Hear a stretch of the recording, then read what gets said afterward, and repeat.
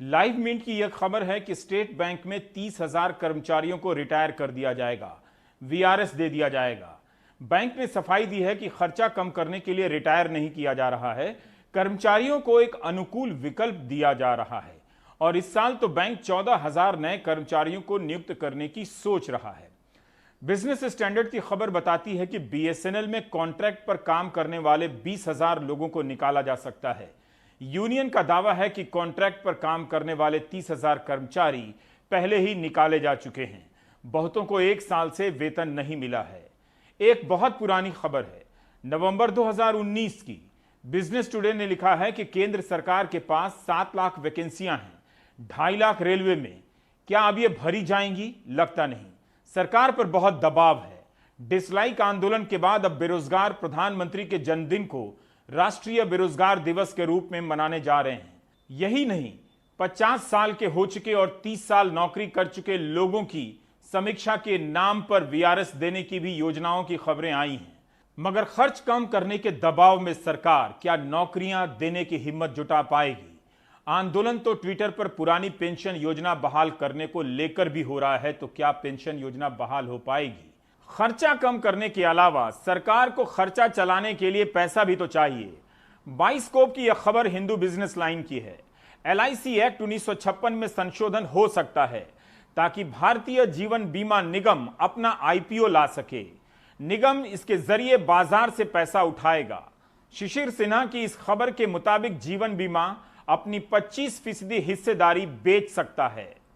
Bioscope की एक और खबर है, सरकार भारत डायनेमिक्स लिमिटेड से अपनी हिस्सेदारी बेचकर 907 करोड़ रुपए उठाएगी।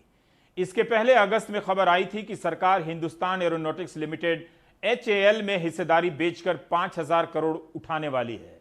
बाइस्कोप की अगली खबर देखिए, भारत पेट्रोलियम का निजीकरण। सरकार इस नवरत्न कंपनी से अपना सारा हिस्सा बेच देगी। 52.98% की हिस्सेदारी। भारत पेट्रोलियम भारत की तीसरी बड़ी तेल रिफाइनरी कंपनी है। कर्मचारियों पर असर ना पड़े इसके लिए बाद में गाइडलाइन बनाएगी। आप जानते हैं कि जो कंपनी इसे खरीदेगी, पैसा देगी, वो अपने हिसाब से ही चलाएगी।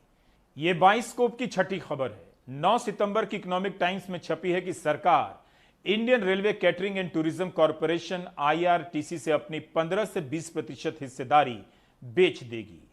बाइस्कोप में अब दिखेगा कि सरकार अगले 5 साल में 30 से 35 एयरपोर्ट में अपनी हिस्सेदारी बेचने जा रही है।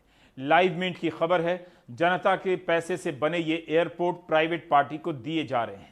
पब्लिक में कोई बहस नहीं कि एक एयरपोर्ट को बनाने में सरकार का कितना पैसा लगा, बेचकर सरकार को कितना वापस मिलेगा। बाइस्कोप की 8वीं खबर है कि सरकार 4 सार्वजनिक क्षेत्र के वित्त मंत्रालय से ज्यादा विनिवेश विभाग में काम हो रहा है, जिसे सरकारी कंपनियों में हिस्सेदारी बेचने की प्रक्रियाएं बनानी है। यह भी लगता है कि नवरत्न तेल ही रह जाएगा मार्केट में। नवरत्न कंपनियां बिक जाएंगी, पर इनका बिकना तभी होता है जब सरकार के खजाने पर असर पड़ता है। इस सवाल का जवाब देने में मैं सक्षम नहीं हूं कि कल जब फिर ऐसा संकट आएगा तो क्या बेचेंगे। सार्वजनिक क्षेत्र की कंपनियों को असफल या नकारा घोषित करना तो बहुत आसान होता है, मगर इन्हीं में से कई कंपनियां सरकार के लिए नवरत्न भी कहलाती हैं। आखिर उसे नवरत्न बनाने में उन्हीं सरकारी कर्मचारियों का हाथ होता होगा। लंबी बहस का मुद्दा है कि कोई कंपनी नवरत्न से कैसे कंगाल कर दी जाती है और बेच दी जाती है।